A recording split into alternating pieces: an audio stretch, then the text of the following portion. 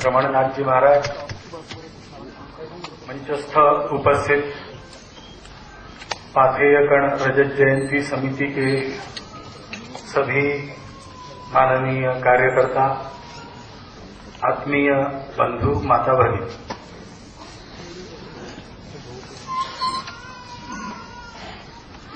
विश्व को अपने शाश्वत पाथेय के विषय वस्तु की बड़ी विस्तृत चर्चा इसके पहले के हमारे परम श्रद्धेय संतों के भाषण में आ चुकी है। उस चर्चा में जाने का साहस करने के लिए क्षमतावान ऐसा व्यक्ति मैं नहीं हूं, मेरा अधिकार भी नहीं। ऐसे ही एक कार्यक्रम में 2-4 दिन पहले ही मैं गया था। ये कहा गया कि संघ के बाहर का पहला नहीं, ये दूसरा कार्यक्रम है। इसके पहले एक पहला कार्यक्रम हरिद्वार में हो रहा था। वहां भी देश भर के हमारे श्रद्धा निधान संतों का एकत्रीकरण था और संतों का स्नेह तो संघ पर है ही हमेशा। उस स्नेहवश पूजनीय सुदर्शन जी भी वहां थे। हम दोनों को वहां बिठाया गया और मुझे बोलने के लिए भी कहा गया। और धर्म, संस्कृति, तत्वज्ञान, इन सबकी चर्चा बहुत हो रही थी। उसकी यानी चर्चा करने वाले केवल चर्चा करने वाले संत नहीं थे। समाज में बहुत कुछ करने वाले ऐसे बहुत अधिकारी पुरुष, सामाजिक कर्तृत्व के तकाजे से भी देखा जाए तो भी जिनका शब्द हम सबको मानना चाहिए, ऐसे सब लोग थे। तो वहां पर मैंने एक जो बात कही वो फिर से यहीं पर वही कहता हूं कि ये जो सारा मंथन विद्वान लोग करें, संत करें और हमको दे, जो करना चाहिए उसका निर्देश दे, वो हम स्वीकार करेंगे और करेंगे। महाराज जी ने एक जो बात कही कि गृहस्थ अपनी जिम्मेवारी न टाले, उससे मैं 100% सहमत हूं। क्योंकि अपनी जिम्मेवारी टालने की बहुत पुरानी आदत इस समाज को लगी है और इसी के चलते इस अवस्था में हम पहुंचे।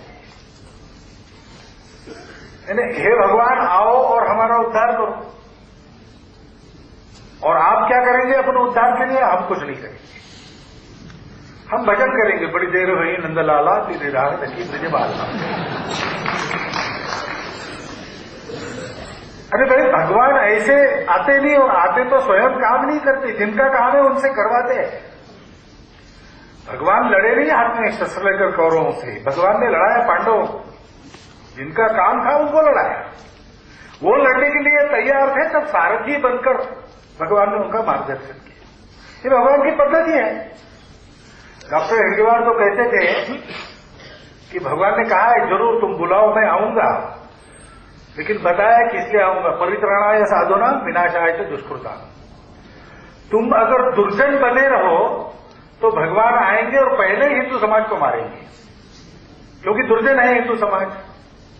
वो जब तक सज्जन बनकर शक्ति के रूप में खड़ा नहीं होता तब तक भगवान को बुलाओ मत, ऐसा डॉक्टर हेडगेवार कहते।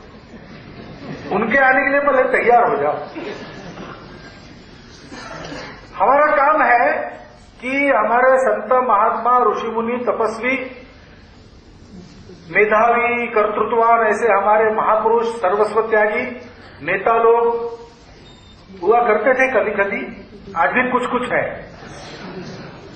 ऐसे सब लोग समाज के हित में विचार मंथन करके जो भी पाथेय देंगे उसका आचरण करने करवाने वाली एक शक्ति खड़ी करना, जो शक्ति इन ऋषि मुनि तपस्वियों की तपस्या पर किसी राक्षस के आक्रमण को आने नहीं देगी। और उस काम को करने के लिए बहुत से काम करने पड़ते हैं। एक कार्य पद्धति है, जैसा हमारा काम है वैसी संघ की कार्य पद्धति है। कभी किसी को समझ में आती है, कभी किसी को समझ में नहीं आती, लेकिन अगर ये करना है तो यही रास्ता है, दूसरा नहीं है। अब 83 साल का अनुभव हम ले चुके। इससे आसान, इससे सरल, इससे नजदीकी रास्ता कोई मिलता है तो तुरंत ले लेंगे, लेकिन अभी तक मिला नहीं। तो यही एकमात्र रास्ता है। तो कार्य के अनुरूप करण हमारे पास है। 5 अंग होते हैं ना, अधिष्ठानम तथा कर्ता, करणम से पृथक विधा। तो ये पृथक विध, जैसा हमारा काम है वैसा करण यानी कार्य पद्धति हमारे पास है। लेकिन उस कार्य पद्धति की सफलता के लिए विविधाश्च पृथक चेष्टा सहारा लेना पड़ता है। तो ये विविध प्रकार की योजनाएं इस कार्य की सफलता के लिए जो चलती है, ऐसी एक योजना है जागरण पत्रिका। क्योंकि भारतवर्ष में जागरण आवश्यक है। और जागरण का एक अर्थ होता है नींद से जगाना, लेकिन दूसरा अर्थ होता है जगे हुए आदमियों के हृदयों में शक्ति का जागरण करना। उस शक्ति जागरण की बहुत आवश्यकता है। रमण वर्जी का एक वाक्य कुछ ही दिन पहले मैंने पढ़ा, रमण गीता है उसके 10वें अध्याय का वाक्य, कि शांति और शक्ति दोनों की उपासना आवश्यक है। शांति से, प्रेम से, सेवा से तुम अपने मन को शुद्ध करो, लेकिन समाज की प्रवृत्ति शांति की ओर बने, इसलिए शक्ति के आधार पर समाज के वातावरण को शुद्ध करो। तो शक्ति के उपासना की आवश्यकता है। पाथेयखंड एक जागरण पत्रिका है जो समाज को नींद में से जगाने के साथ साथ उसके हृदय में शक्ति जागरण कराती है। और एक बड़ी योजना का अंग होने के नाते, उस योजना के अंग के नाते उस योजना के साथ उसको चलना पड़ता है। अब कोई व्यक्ति एक बड़े समूह का अंग बनकर चले और बड़े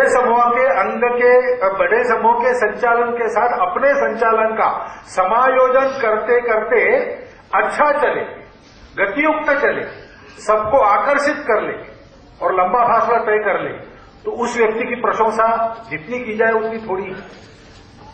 भारतवर्ष की जागरण पत्रिकाएं कितनी कितनी चल रही आपने बाहर प्रदर्शनी में देखा होगा। उसमें बहुत सफलतापूर्वक चलने वाली 5-7 जो जागरण पत्रिकाएं हैं, उसमें अग्रणी स्थान पाथेयखंड का हम लोग मानते हैं।